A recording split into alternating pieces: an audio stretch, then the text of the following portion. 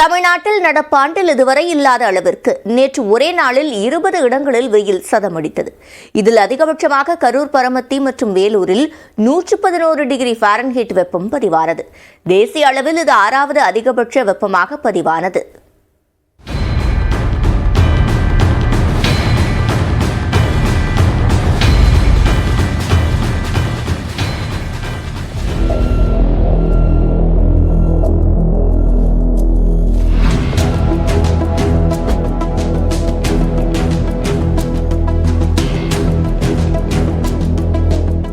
தமிழ்நாட்டில் கோடை தொடங்கியது முதல் சேலம், ஈரோடு, கரூர், வேலூர் உள்ளிட்ட பல்வேறு இடங்களில் அனல் காற்று வீசி வருகிறது.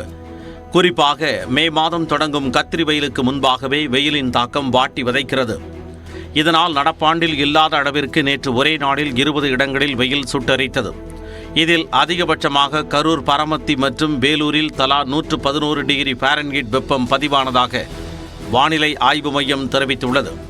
இதையடுத்து ஈரோடு மற்றும் திருச்சியில் 110 டிகிரி ஃபாரன்ஹீட் வெப்பம் பதிவானதாக குறிப்பிடப்பட்டுள்ளது. இதேபோல திருத்தணியில் 108 டிகிரி ஃபாரன்ஹீட் வெயிலும், சேலம் மற்றும் தருமபுரியில் 107 டிகிரி ஃபாரன்ஹீட் வெப்பமும் தகித்தது.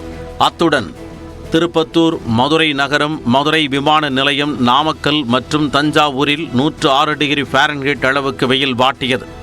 சென்னை விமான நிலையத்தில் 105 டிகிரி ஃபாரன்ஹீட் வெப்பமும், கடலூர், பாளையங்கோட்டை மற்றும் கோவையில் 104 டிகிரி ஃபாரன்ஹீட் வெப்பமும் சுட்டெரித்தது. சென்னை நுங்கம்பாக்கம் மற்றும் நாகையில் 102 டிகிரி ஃபாரன்ஹீட் வெப்பமும், புதுச்சேரி மற்றும் காரைக்காலில் தலா 100 டிகிரி ஃபாரன்ஹீட் வெப்பமும் பதிவானதாக வானிலை ஆய்வு மையம் தெரிவித்துள்ளது. தமிழ்நாட்டின் உள் மாவட்டங்களில் அடுத்த 2 நாட்களுக்கு 2 முதல் 4 டிகிரி செல்சியஸ் வரை வெப்பநிலை உயரக்கூடும் என்பதால் வெப்ப அலை வீசும் எனவும் சென்னை வானிலை ஆய்வு மையம் எச்சரிக்கை விடுத்துள்ளது. இதனால் வட தமிழ்நாடு உள் மாவட்டங்களான ஈரோடு, சேலம், தருமபுரி, கரூர், வேலூர், திருப்பத்தூர் உள்ளிட்ட மாவட்ட மக்கள் நண்பகல் நேரத்தில் வெளியே வருவதை தவிர்க்குமாறு கேட்டுக்கொள்ளப்பட்டுள்ளது. அதே வேளையில் மே மாதம் 4 மற்றும் 5ஆம் தேதிகளில் வெப்பம் சற்று குறையும் எனவும் வானிலை ஆய்வு மையம் கணித்துள்ளது. முன்னெப்பொழுதும் இல்லாத வகையில் உதகையில் அதிக வெப்பம் காணப்பட்ட நிலையில் கடந்த ஆண்டு போதிய மழையின்மையே உதகையில் வரலாறு காணாத வெப்பம் ஏற்படுவதற்கான காரணம் என சென்னை வானிலை ஆய்வு மைய முன்னாள் இயக்குநர் ரமணன் தெரிவித்துள்ளார்.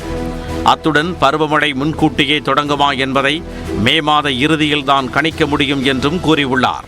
மழையே இல்லாத கடந்த வருஷம்லாம் இல்லை இல்லையா, காஞ்சி போய் கிடக்கு. ஸோ காஞ்சி போய் இருக்கும்போது இலை நீராவி போக்கு அந்த மரத்துலேருந்து அந்த அளவுக்கு இருக்காது. ஸோ இதனால் அது குளிர் இருக்கிறதுக்கான வாய்ப்பு குறைவாக போய்டுறது. ஸோ இதெல்லாம் தான் காரணம். 2003 வந்து 45 வரலும் போச்சு. ஆமாம். ஆனால் 2004 மேலே 40 போகலை.